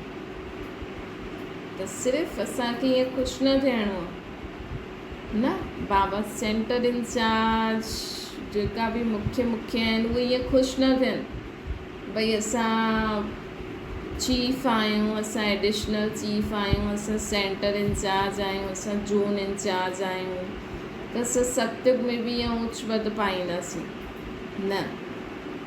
इहे त निमित मात्र रहियल आहे। अॼु ॾिसो अगरि सेंटर इंचार्ज हूंदी हुई बि अगरि हुन में एतिरी प्योरिटी न आहे, उहो एतिरी सेवा नथी करे जेतिरा उन्हनि जे सेंटर में रहण वारा था करनि।